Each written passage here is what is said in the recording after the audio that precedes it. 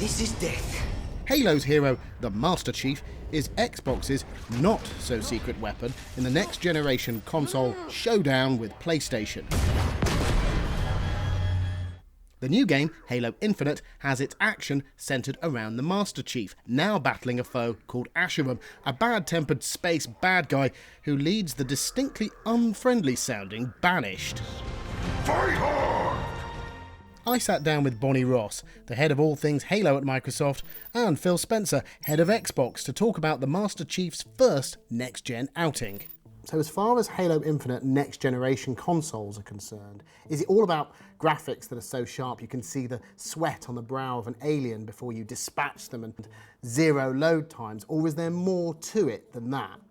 You know, obviously, yeah, you've got 10 times the processing power. But for us, it's about the universe and it's about the suspension of disbelief.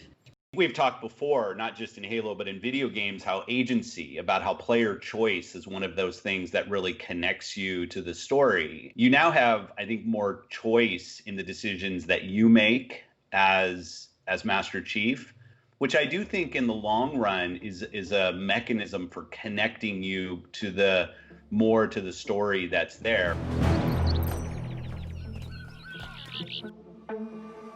Halo Infinite is arguably the biggest and most important launch title for the new Xbox. To date, it's generated about £5.5 billion in sales, shifting 77 million copies across the franchise lifetime.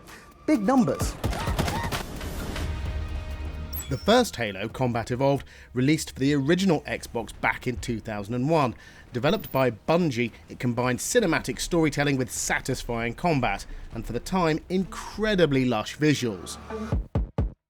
Successful sequels followed before developers Bungie departed Microsoft Game Studios. They went off to make their own sci-fi looter and shooter Destiny. This left 343 Industries to produce Halo 4 and Halo 5, both commercially successful games that had a mixed response from fans.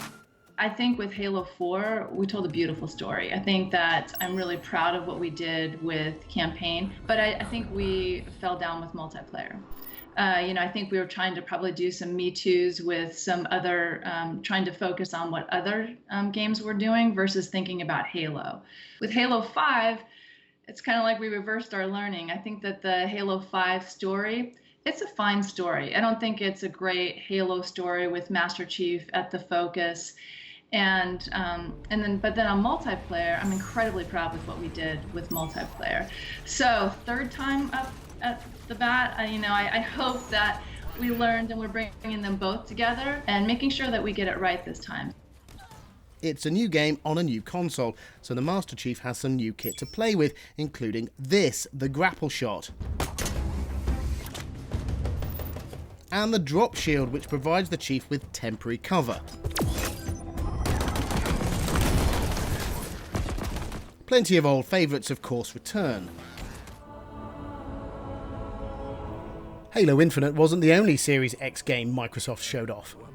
Of the platform-exclusive titles on show, the standouts included a new Fable title, this time from developers Playground Games, who previously brought us Forza Horizon.